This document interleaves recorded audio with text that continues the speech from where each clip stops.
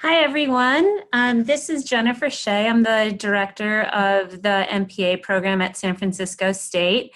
I know I've met some of you before for sure. Um, Thanks for taking the time to join us this evening for the welcome webinar for all of you, our incoming students. We're really excited that so many of you were able to join us today.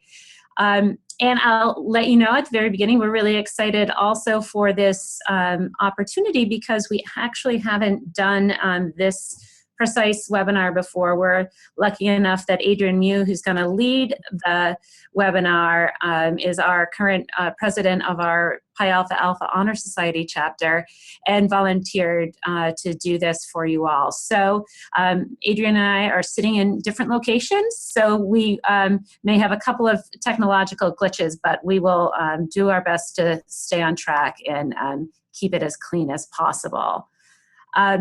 I will let you all know that we are recording this session and just as a matter of information for you. And in addition, we do have folks muted, or they're supposed to be muted anyway, except for myself and Adrian. So if you have a question, go ahead and just write that in the chat window. And we'll go ahead and manage those. I'll help Adrian on the back end. I'm gonna largely be sitting in the background here for the rest of the time. So I think with that, Adrian, I'll hand it over to you. Okay, sounds good. Hi, everyone. Nice to meet you all digitally. My name is Adrian. As Dr. Shea was saying, I'm the president of the Pi Alpha Alpha Honor Society, and I just graduated like a month ago. So everything is still pretty fresh in my mind as to what might be good tips for incoming MPA students at SF State. So why don't we just jump in and we'll go to the next slide. And I'm here. Basically, what we want to do is give you some tips on surviving capstone, which is the final course that most MPA students take, and the core courses that you have to take as part of the MPA program. Also how to build and leverage your networks here. That's one of the biggest positive things about the program. There's lots of good relationships with the city and San Mateo County, and all of your classmates are resources as well, and how to leverage those networks for your future and for your current. And then obviously a big thing is time management and work-life balance. If you're like me, you work full-time and you go to school at night, which means a lot of weekend work and a lot of work, period. So being able to balance all of your school and normal work along with having a life and having family and whatnot.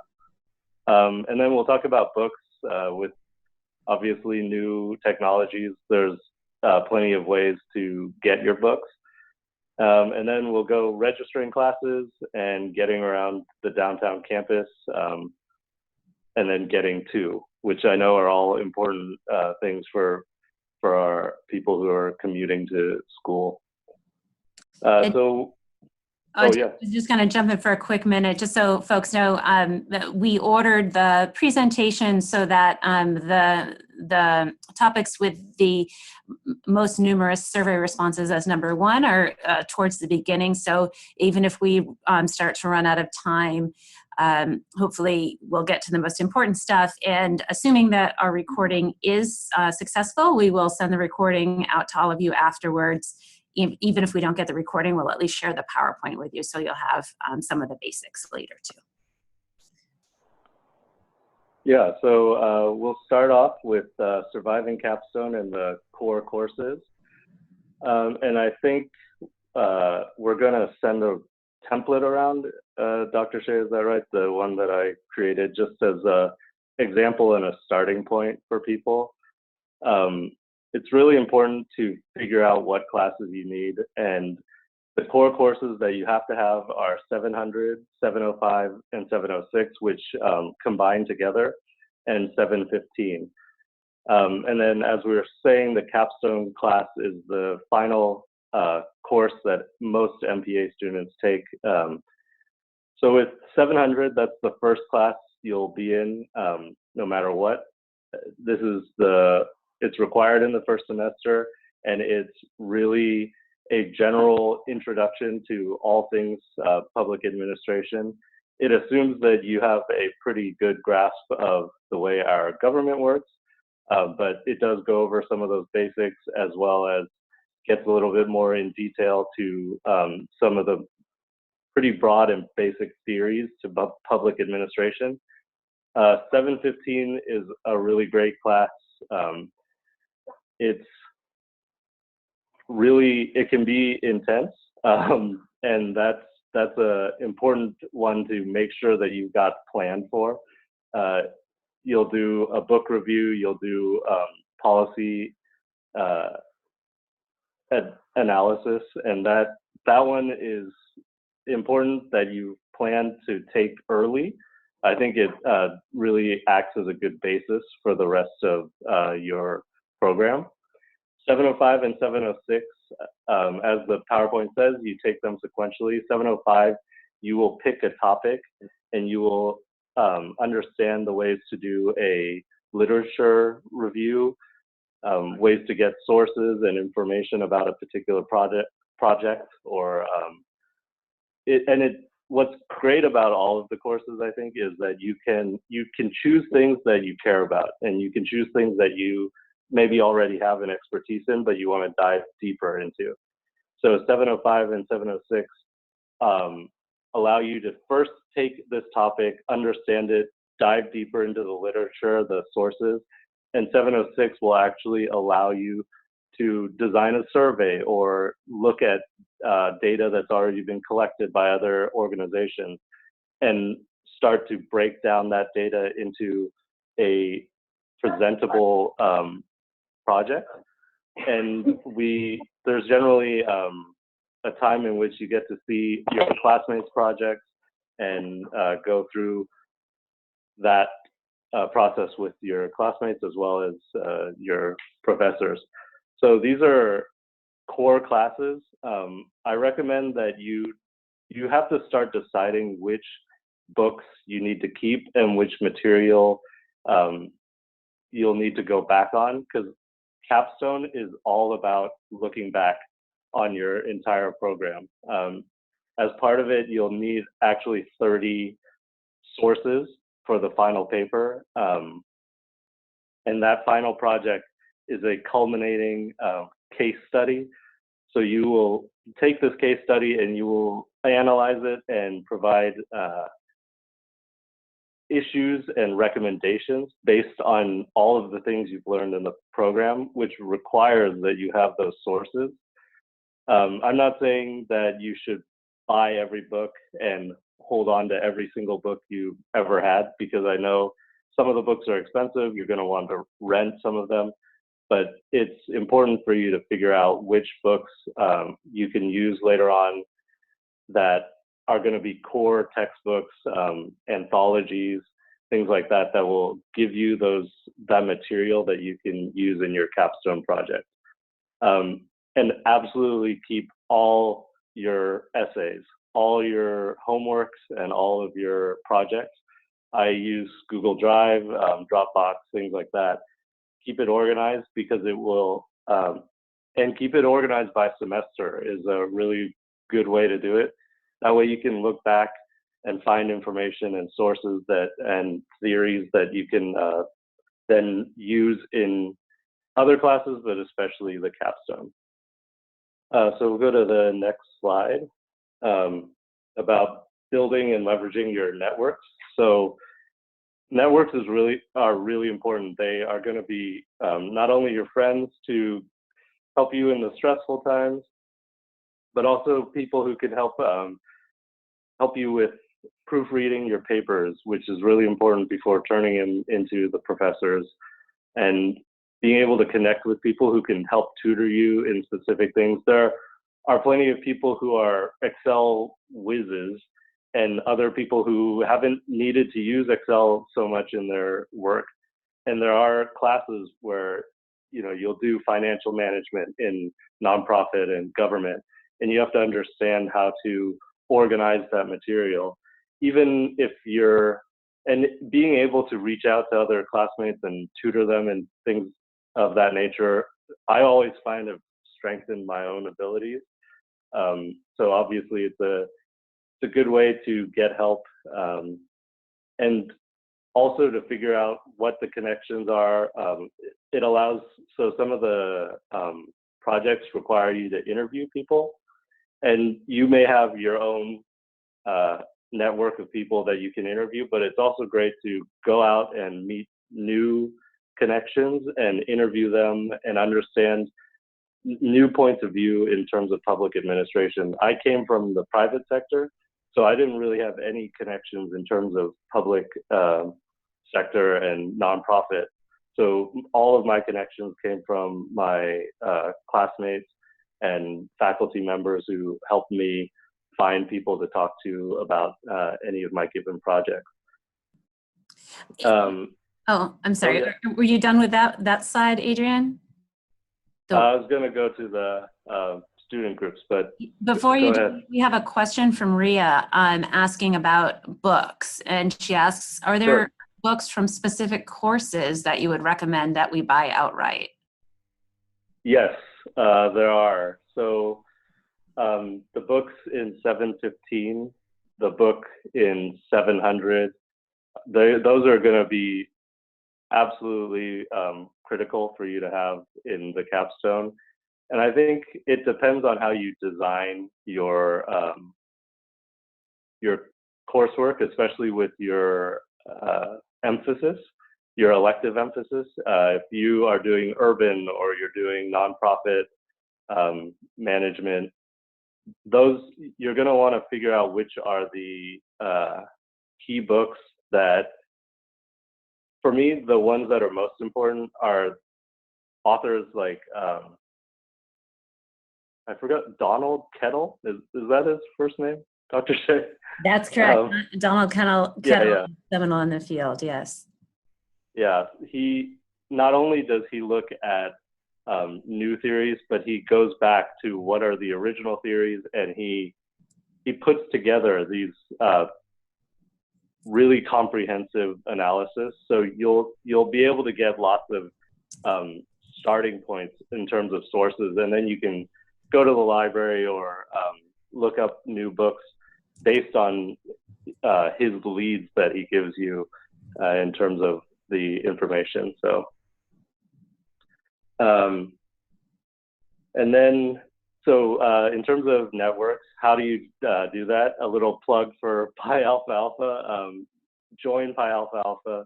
It requires that you have a minimum of 3.75 at 18 units, which is basically 6 classes if you're taking 3-unit courses, which all of the core classes and most of the all of the management perspectives classes are. Some of the electives are one unit. We have mixers. We obviously we do an induction ceremony for new members, and you can also join ICMA or ICMA student chapter, which is local government interests. And then there's Bridget and Dr. Shea have lots of emails about opportunities to meet new people. Definitely go to those. It makes a huge difference. I have a classmate who finished the program in extraordinary time, I think record-setting time, but she said one of the main things that helped her was being able to get help on things she didn't was not expert in, like Excel and SPSS and things like that. So we'll go on to the next slide. So something probably everybody is wondering about is time management and work-life balance. If you are like me, when I was in undergrad, I went to UC Irvine, so I was used to the quarter system. SF State is in the semester system, so it is it's 60% longer. So instead of 10 weeks, it's 16 weeks for a semester. The speed is definitely slower in that you have more time for your assignments, but there are more assignments. So, and I think in the quarter system, there was a understanding that if you only had 3 weeks or 2 weeks to do an essay, there's a certain level of quality associated with that. But with SF State, because you do have a pretty long period of time, you know about all the assignments right at the beginning, you're going to need to turn in something that is of higher quality. So for me, the number one time consumer in the program was reading. There are sometimes hundreds of pages, and you have a week to do that. And the number two time consumer that I saw is procrastination. We all do it. It's totally understandable, especially with busy lives. But because you know about all of the reading and all of the assignments ahead of time, it's really important to figure out how you're going to manage that within the semester. So a couple of tips were that I calendared the entire semester using the class's syllabus right when we got it. I use Google Calendar, whatever you're comfortable with. Put in when your assignments are due. You can get more granular and put in when the reading is due and what reading is due. But I did when are assignments and when are my classes. And then you can see a kind of breakdown of when does this class meet and when does this class homework, when is this due and when are these projects due, and what weekends and what days do I have to do those projects. It was a big lifesaver for me. And then also you have to learn how to read. Dr. Shea and the rest of the faculty are going to assign you all of the reading that they think is necessary, but your grad students now, you have to decide what is important and how to get the main information that you need. You are not meant to read every word, and if you are, you're probably not reading efficiently. So it's important that you figure out what's important in the reading and then move on. And also, the faculty are a huge help. You'll all be able to select I forgot what they're called, a faculty advisor, and you can talk to them. And if you're having trouble with a particular class or a project, go to them. They are absolutely happy to talk to you. This isn't do it yourself and figure it out. It's definitely more collaborative than that. So we'll go to the next. Or maybe let's pause for a second and see if anybody has questions at this point. We'll have time for open questions at the end too, but in case anybody wants to jump in here. And as we're waiting to see if anybody is typing, I'll just say, thanks for that plug, Adrian. And I do encourage everybody to keep the lines of communication with us as faculty open. Sometimes things happen in your life that you just could not possibly anticipate, and everything goes kerplooey during the semester. We understand that, and we're happy to work with you. But the number one reason people don't finish is they just disappear, and then there's little we can do to help you sometimes, right? So just keep that in mind. As Adrian said, we don't have a sink or swim mentality here. We're really here to support you. We wouldn't have admitted you into the program if we didn't think you could do well. Yeah, absolutely. Okay, I just advanced to the next slide. Okay, great. So books, obviously utilize the SF State Library. It's huge. The public administration's reference librarian, Mira Foster, I think she comes in PA 700 and explains the different resources that you have as a student. So it's not just the SF State Library, but it's also databases, national databases that have huge amounts of information that you can use as sources, that you can look to for data and things like that. I recommend I'm not the type of person to have a book and highlight in it. I'm the type of person to have a digital copy. And I think it's major positive to that is that when you are looking for a quotation that you remember, you've got 20 books by the time you're halfway through or even a third through, and you remember this quote, but you don't remember on exactly which page it is, and you need to figure out the background. A digital copy will allow you to search for that information and find it a lot faster than flipping through tons of textbooks. So whether it's Kindle, whether it's Chegg, you can buy the digital copies, and that also, saves your back. You don't have to carry around these textbooks. But I think they're a lot more useful. You can still highlight. All of the programs basically give you the same abilities.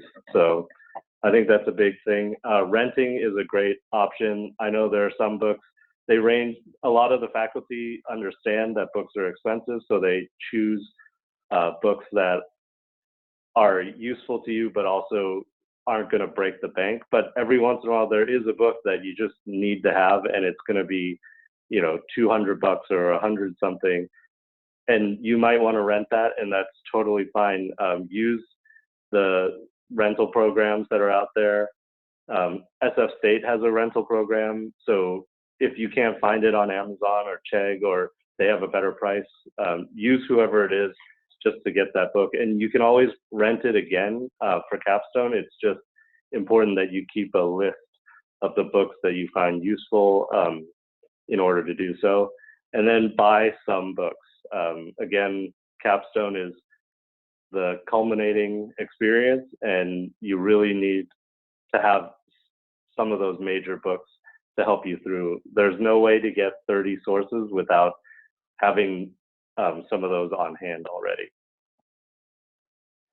So registering for classes, this is big. I remember I registered for my classes, messed it up, and forgot to pay by the deadline and got dropped from all of them.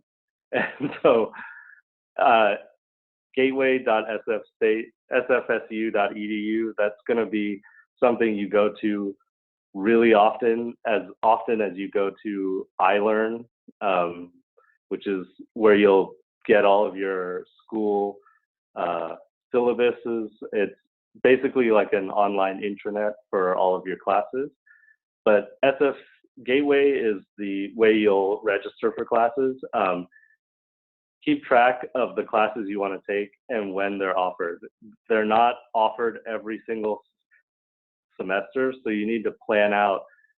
If you're doing it like me, I did 2 classes per semester, including summer, and it took me 7 semesters, so just over 2 years. Especially if you're doing it like that, actually, in any way that you're doing it, you'll want to track what you've taken, what you need to take, and when you can take those classes. So we'll send that template out. I created a basic Excel spreadsheet that had the classes I have to have, and then spaces for electives. And then you can put in, all of the spring, summer, fall, winter semesters and figure out when you can take which class. And Bridget always sends out the proposed class schedules, so you can plan that out for the next couple of years. And even if there's a little bit of a change, you will be 100% more prepared in order to make sure you've got the right classes. Again, meeting with your faculty advisor each semester, spending 30 minutes with a faculty member will make so much difference when you've figured out, okay, so I've taken 705 and 706, and now what do I need to do? You don't want to get stuck taking 715 along with capstone, because the program wasn't planned out right for you. The best way I found it to be the best way is I took capstone alone. So I had all my classes done, and then I took capstone by itself, and it gave me so much more time to focus on the final project. So also, your faculty advisor is going to have great connections to city managers, county managers, and nonprofit EDs, things like that. And I have to plug summer classes. They are offered in a compressed, intense format. It is really, really intense. It's 5 weeks, 2 times a week. Instead of a 3-hour class at night, it's a 4-hour class. So both summers, I did 2 at the same time, I think. So it was Monday, Tuesday, Wednesday, Thursday from 5:45 to 9:45. And I know it sounds intense, but it's only 5 weeks. If you can get through it and get through it with good grades, you've knocked out 2 classes, 6 units in a really short amount of time. So you should look at those ahead of time and be able to plan vacations or plan like other things around that time frame. But don't bank on the classes. Make sure that you've got a contingency plan, because if there's not enough people signed up, the MPA program can't offer the class. While that's rare, it does happen. So you'll want to make sure that you've got a plan in store. So the nuts and bolts of registering for classes, you'll go to gateway.sfsu.edu, and what I found is always go by regular academic session, and then whichever term it is, fall 2017, spring 2017. Nope, not spring, fall 2017, and subject, which is obviously public administration. The session is really important. I got tripped up. When you click on that, it's a drop down of maybe like 15 different sessions. Normally, you're just going to choose academic regular session when it's fall or spring. If you're going to do summer, you need to look at the summer sessions. It's called summer regular session 1, 2, 3, and 4. There's also one that's called CEL summer regular session, and that won't return any classes. You want to look at the summer regular session 1, 2, 3, and 4. That'll help you find those summer classes. And then there's always the PDF version, which gives you details on all of the dates and time adjustments. And you'll want to look at whether these classes are hybrid or not. If you've heard about the hybrid class, it's partially you'll come to class maybe once every other week or whatever the faculty has decided, and then you'll do online pieces where either you're posting and getting responses from your classmates on a particular case study, you're posting some work and people are reading it and giving you feedback, things like that. The hybrid classes are really great to give you a little bit more time at home if you work better that way. For me, I took mostly classes that were all at the downtown campus, just because that's how I learn. When I'm in class, I'm a lot more focused than when I'm at home. And then in terms of payment, this is important. Like I said, I forgot to pay and then I got dropped from all my classes. So make sure you got your payments in on time, and you can pay by credit card. There is a percentage cost to that, so just beware if you want to do that. Most of the time, I know most of my classmates linked a bank account and paid that way. There is a payment plan. It's not, I think I learned about it via an email, but it's not in your face when you get on Gateway. you can elect to do this payment plan, and it basically splits up the cost of tuition into 3 equal payments. And there's a small administrative fee that you pay in order to do so. But if you prefer to have the cash on hand, it's a great way to pay for the course without blasting your bank account with the full tuition all at once. And then lastly, watch for holds. If I had checked back at Gateway after I had registered, it would have said, you need to pay or we're going to drop all your classes. And so if you check back regularly, you'll figure out if there's been an issue and how to take care of it. Gateway also allows you to look up your your transcript, sorry. If you want to look at what your transcript and what your your performance in the program has been. So the thing I know that can be daunting for a lot of people is getting around the downtown campus and getting to it. So we can move on to that slide.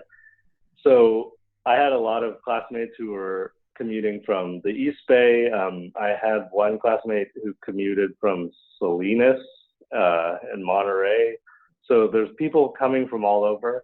Once you get here, the campus is inside Westfield Center, not the mall. It is connected to the mall, but it's an office space that is connected to Westfield Mall. So inside Westfield Center, we have a bathroom code. There's security for obvious reasons, but make sure you have the code written down somewhere. It does change. I think it changed once when I was in the program and I couldn't get into the bathroom. So you need to make sure you have that. The food court is good for dinner and snacks. Most classes will give you at least one break, and you can head down there, grab dinner if you need it. And the vendors offer discounts if you have your student ID, which you can get at the main campus. If your class has a late break and you take the elevators down to the concourse level, know that those elevators stop allowing people to go up into the Westfield Center at a certain time. So you'll need to head back out to the street or take the elevator to the main level and then go back onto those elevators to get back up to the 6th floor. And then library books, you can check them out and then have them delivered to the downtown campus and return them there. So that's a really useful thing if you're renting books. And then getting to the downtown campus, by far the easiest ways are Muni and BART. For people coming from South Bay or East Bay, we had lots of classmates who would park at the stations and then BART in, just because traffic around the 6 p.m. time is really pretty bad.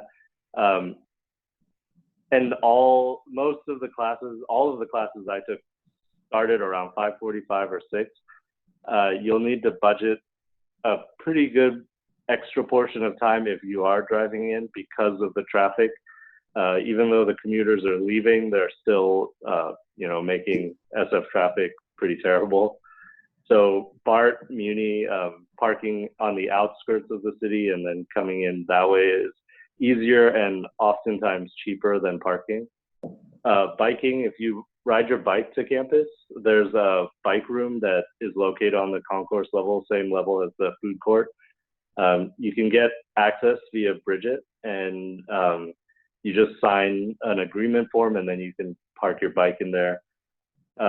Please don't bring your bike up to the 6th floor. It's just once like one person or two people do it, the classroom gets pretty cluttered, and I think it's a fire hazard.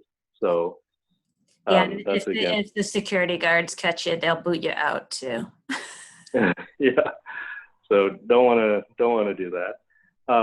I drove The easiest parking is the 5th and Mission Garage, which is right behind Westfield Center next to the Metreon. Each class, non-summer, is about $6. A little tip is that you can, if you enter from Mission Street, you can go into the basement and there's pretty much always parking and you don't have to go up on all the floors. And so I found that pretty easy, and there's security there, so it's nice. And you can walk through the mall as a shortcut. You don't have to go on 5th or 4th. So I think that's it. Oops, sorry. Do you Yes. have any? I was going to just maybe unmute everybody for a moment. So if people have questions, they can just throw them out. And this is fair warning that if you want to remute yourself to be ready to do that. As I'm doing that, you'll see on the screen here that we're also inviting you to participate in a mixer that will be co-hosted by Pi Alpha Alpha and ICMA. Yeah, and Thursday we'll be at the orientation, and then we'll head over to like Hotel Zeta and have a drink and talk. Have some fun. So if you are in a spot that's noisy, if you could mute yourself, that would be great. But does anybody have questions, either to offer orally or in the chat room? My name is Griselda, and are all the classes at the downtown area? Are we ever going to be? I'm just looking at places to live. So would it be better if I live at the campus, the school campus, or to live around the downtown area? Okay. Yeah, great question. In terms of real estate in San Francisco, that's really going to be a cost thing, where you can afford. And for me, I live out in the Sunset, and I would take on the days where I didn't drive, I would take the N or the KL or M into the school and then out. So as long as you're near a Muni station, one of the light rail stations, it'd probably be better to live out there just because it's less expensive. If money's not an issue, there's plenty of nice downtown locations now. So I think the caveat is cost, obviously, and then just being near a Muni light rail station is really good, especially if you're leaving late at night. You don't want to be walking too far. Yeah, and I'd also add, anywhere BART accessible. So a number of our students do commute from the East Bay, and since we're just a couple of stops in on the San Francisco side, there are a number of places in Oakland that folks find reasonable as well. Yeah. Thank you. And then are all the classes offered at the downtown area, or are we going to be taking classes at San Francisco State University campus? I'll let Dr. Shea answer that, but I've never taken a class outside of downtown. So so all of the classes offered through SF State's MPA program are held at the downtown campus. If you're taking courses offered, for example, through our college or through other programs on campus, then you would have to go to where those are offered, which are most usually on the main campus. But for the most part, you'll be located here or based here. All right, thank you. Sure. Sure. You mentioned faculty advisors. Are they assigned, or do we just get along with someone on faculty and we ask them to be our advisor? How does that typically work?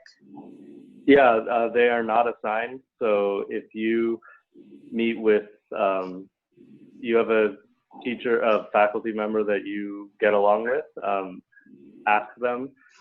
they will absolutely say yes. I don't think I've ever heard of them rejecting somebody.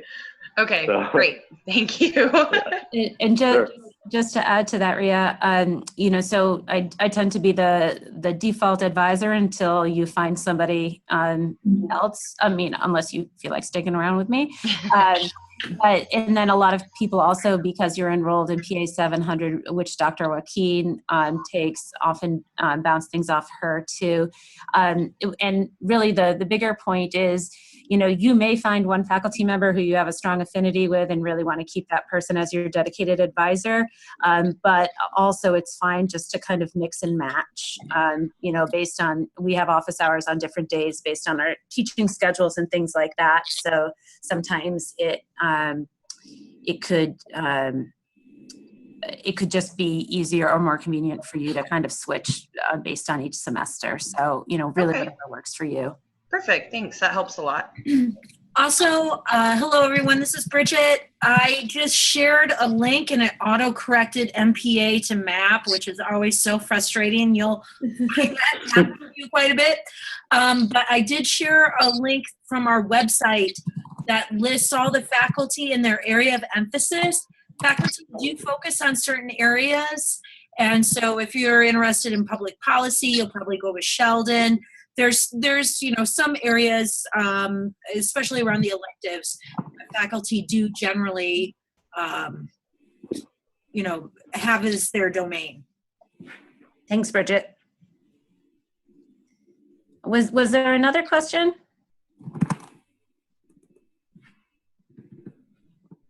No. Hi, this is Maggie. I just had a question I was typing in, but is there information on how to link our bank account to pay for the classes to avoid that credit card fee? Yeah, it's actually really easy. Once you get into Gateway, Okay. when you have registered, you'll click make a payment, and Okay. it basically takes you step by step through that. I see. And it asks you, do you want to pay by credit card or bank account? And just, if you go to the bank account, it'll tell you everything Okay. to do. Perfect. Thank Yeah. you. Mm-hmm. Any other questions? Last minute words of advice or words of caution or celebration, Adrian? Stick with it. It is really interesting because I think in undergrad we all learned certain things that we kind of felt, how do we apply this? As a grad student in the MPA program, every day that you go in, everything that you read, almost all of it will you'll instantly understand how you can apply it to your job or a future thing. And join projects, join Pi Alpha Alpha. If you already have a job, it's great, but it's also great for resumes. So I think figuring out what you like to do, it's a lot easier to do your projects when you like the topic. So for me, I wrote a lot about the drought and ways to conserve water and utility delivery and things like that. So it's your opportunity to do what you know and do what you like. I think that's the big difference between grad and undergrad. Great. Bridget, any last minute things for you? We do want to plug, I know most folks have RSVP'd for our orientation on August 10th, but if you have not, please make sure to do that. And if you haven't yet enrolled in PA 700, make sure to do that as well. Yes, and the other thing that I would say is that if you haven't already established your SFSU email address, you will need to do that. That will be the primary way the university and our program will communicate with you. And so, you know, please do that. I'm sharing a link right now of information for how to set up that email address if you haven't done so already. And on that point, if you don't feel like managing another email address, you can easily forward that one to one that you do check. But it is the email that's associated with everything in the university, including class rosters. So you do need to activate it and make sure you're keeping up on it. Yeah. On note, actually, people who are familiar with Gmail, it's really easy to have it forward, and you can even send email from the Gmail interface via the SF State email. But yeah, I've missed a couple of emails because I had forgotten to check it, and it was a pain in my butt. So make sure you got that forwarded, like Bridget said. And just a closing word from me at orientation, we'll talk a little bit more about some nuts and bolts of other policies and things that will get you through the program. We'll talk a little bit more in depth about different classes and strategies for choosing classes. Adrian, again, will join us along with Kate Reagan, who's the president of the ICMA chapter. And then, as we said, we'll have the mixer. So, we're doing this primarily to welcome you and get you warmed up and started for the program, but we've got much more information to share in August. So feel free to let us know if you have questions. Yep. All right. I think we're signing off, everyone. Thank Thank you you. so much. Thank you. Bye. Bye.